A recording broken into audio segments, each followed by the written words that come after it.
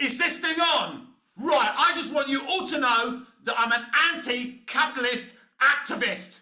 What, Ellie? I'm doing a video. My fans are watching me. Why do you always do this? What?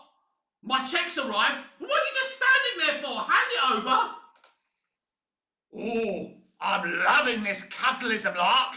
Welcome back to Movies TV Man. I'm Mick, your host with the most. Just ask your girlfriends and your wives. You can follow me on Twitter at Movies TV Man, and on Instagram and on Threads at Movies TV Man X. On TikTok, where the volume is even louder and even crazier with my content, Mad Mickey's World.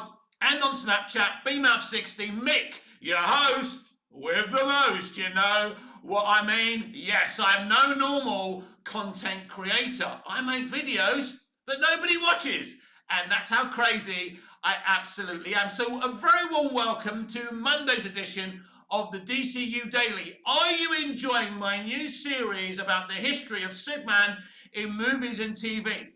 We're going to keep on doing it. We're going to do one about Superman 2, Superman 3, Superman 4, Man of Steel, Batman vs. Superman, Dawn of Justice. We're going to do that on a slow news day. Today isn't a slow news day because we need to talk about something that's very relevant with DC Studios and the Superman movie that's coming this year. And this is a very, very interesting situation because if you're a Smallville fan, you probably follow weekly the Talkville podcast where they review an episode of Smallville every week. They're now on season 5. You should go and watch it. It's amazing. And they're not just saying, oh, how amazing we were and all of that.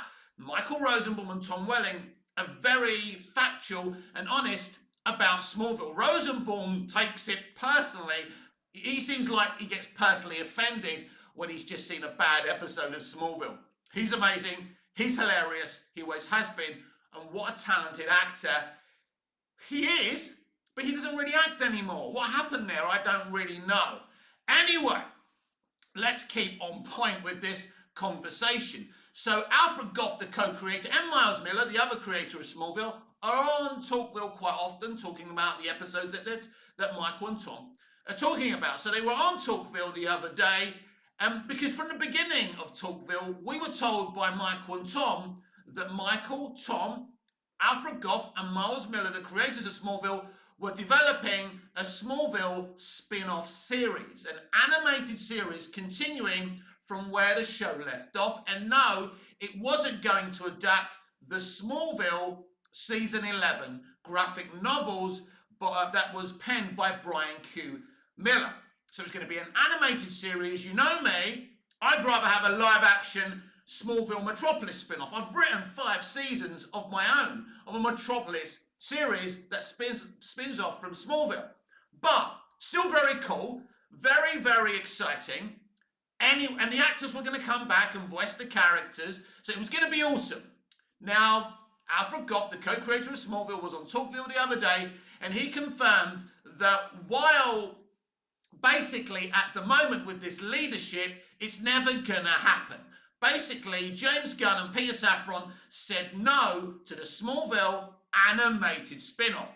Now, if you follow me on Twitter at Movies TV Mad, and I've probably said it on this platform as well, I told you, while Gunn and Safran are running DC Studios, that Smallville spin-off, animated spin-off, would never happen. Surprise, surprise, knock me down with a feather. It's not going to happen. Now, Alfred Gough tried to be very, very, calm about it and say, at this time, it's not going to happen. It's never going to happen under this leadership. But Alfred Gough was very, very clever here. He came out to every member of the Smallville community and basically blamed, politely, James Gunn and Peter Safran for this Smallville animated spin-off not happening. So very, very clever from Al. He did it in a very calm, polite way. Basically, he went to the pen, saw a bunch of lions, right? Opens up the cage and goes, it's them. It's them that are stopping them, stopping this spin-off from happening. So very, very smart from Alfred Gough, blaming James Gunn and Peter Safran for this spin-off not to happen. Now, here's the thing. So now we've got this kind of situation where Gunn and Saffron have made enemies of the Superman and Lois fandom. No, not the Shields on social media that go, yeah, it's time for the next chapter of Superman. Yeah, we all love it. And you've got like Tyler Hecklin, Bitsy Two Lot going, oh, it's fine that we've all lost our jobs. It's fine. It's time for David Corenswet and James Gunn. You know, Peter Safran's a friend of mine. Yeah. Whatever you say, Bitsy. Not interested, right?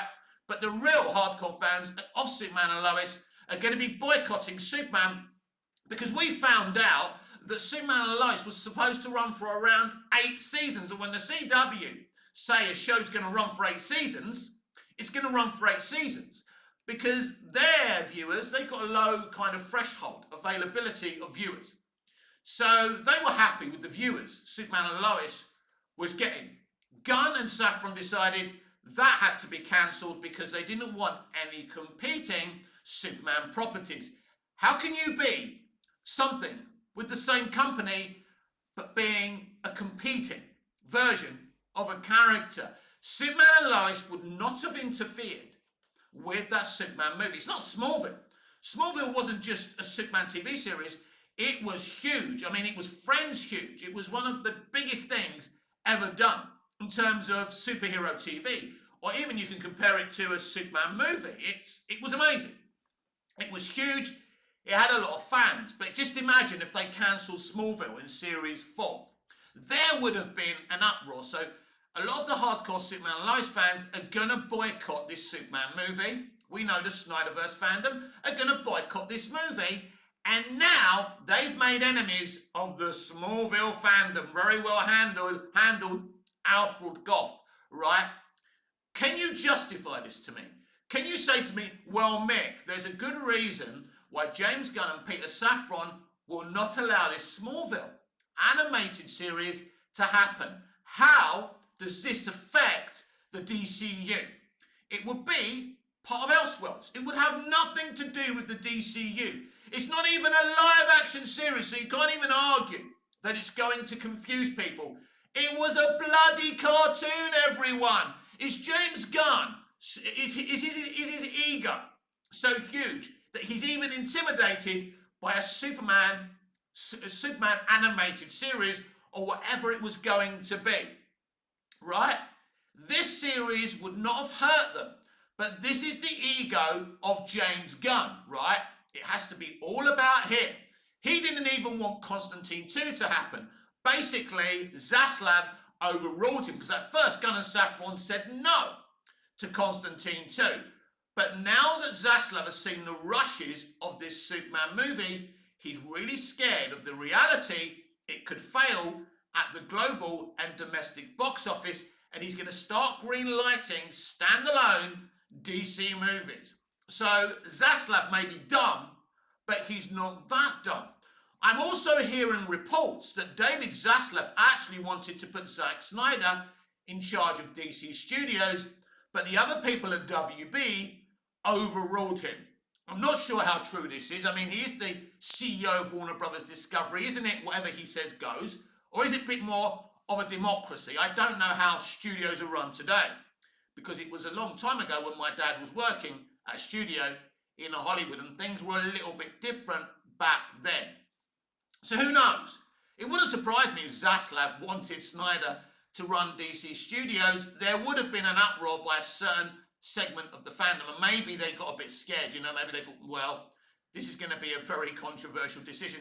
I don't know, but I think what's clear, Zaslav wanted a writer-director to be kind of involved of DC Studios, so there's that creative kind of mentality there, and there's not just the bureaucrat running DC Studios, which I agree with. I'm not sure if James Gunn was the correct writer-director to be the co-CEO of DC Studios, and the more I hear and the more I see, I think he could be the wrong guy. But of course, Superman will tell us everything we need to know.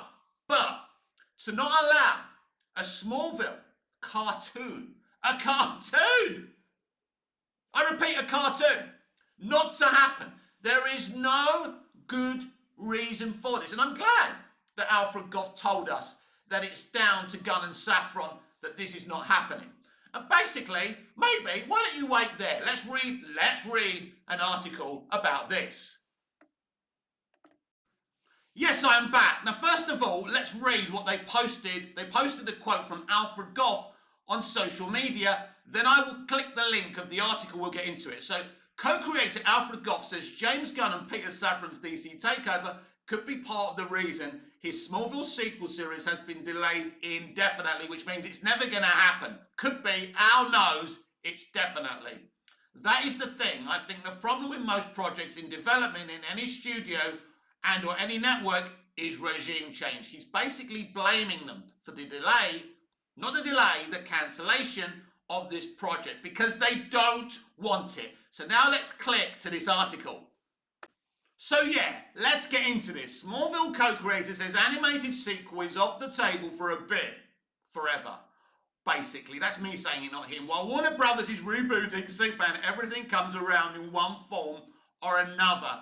It's nonsense. There is a space for this animated spin-off. It doesn't interfere with Superman.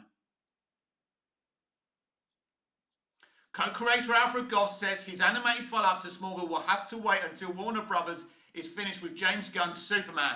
Basically, we will only see this spin-off if Gunn and Safran are gone. Because basically, what he's saying and not saying is they think it will interfere with what they're trying to do. When it won't, it's a cartoon. This is what he said. Warner's has obviously gone through a lot, understatement. And I think the fact that they are in the process of rebooting Superman again, kind of unfortunately, I think keeps our thing off the table for a bit. Goff told Smallville stars Michael Rosenbaum and Tom Welling on their Talkville podcast. Everything comes around in one form or another. I just read the other day that they are rebooting Buffy for Hulu. Co-created by Goff and Miles Miller, Smallville ran for 217 episodes. Amazing, glorious 217 episodes, warts and all, across 10 seasons on the CW. The show followed the teenage Clark Kent, Welling learning to harness his superpowers for good in a quaint town of Smallville, Kansas. So basically, right, that there it is. He's saying it there. They don't want anything, any competing property, anything Superman to interfere with their movie. But it makes no sense because, and the problem is, these things should be kept away from the public eye because now Smallville fans know that Gunn and Safran won't allow a Smallville cartoon to happen because they fear it. They fear it's going to interfere with the box office of their movie. They cancelled a great version of Superman, Superman and Lois. I don't agree with everything they did on there. It's pretty current day in some places, but I enjoyed it and I love the fact that it was different and it was set in Smallville. It was great. Great production values. That show deserved to run for 8 seasons. It was wrong. It wasn't going to hurt Superman, the movie. It wasn't going to, it had, one thing had nothing to do with the other. Nobody was going to be confused about that. This is ego. This is James Gunn's ego. And, you know, we're hearing this excuse all the time, like they won't release the air cut until Superman's released, apparently, right? Because they're worried it's going to cause problems. What, you worried that the air cut's a really good movie? Is that what you're worried about? And it's going to cause a lot of talk online? Well, look at the talk and negativity that's coming your way now, James. So what difference does it make? It's not like all the DC fans are loving you anyway. You have your fans, I get that, but this is bad public relations. You want all fans on site. That's why I did the video the other day saying basically releasing the Snyder Cut will be a great thing for the DCU and for Superman, the film coming out this year. It will be great because then Snyder fans are on side. If you allow this Smallville cartoon to happen, Smallville fans are on side, right? But you're not bringing what the first thing he said when he was announced as co-CEO of DC Studios, that DC has become a fragmented franchise, that the fans are split. Yes, and it was your job, part of your job, to unite us all together. You don't unite us all together by calling the Snyderverse fandom a toxic fandom, by cancelling Superman and Lois, by not allowing a Smallville animated series, a cartoon, right? You don't bring people together. You don't unite an entire fandom by acting this way.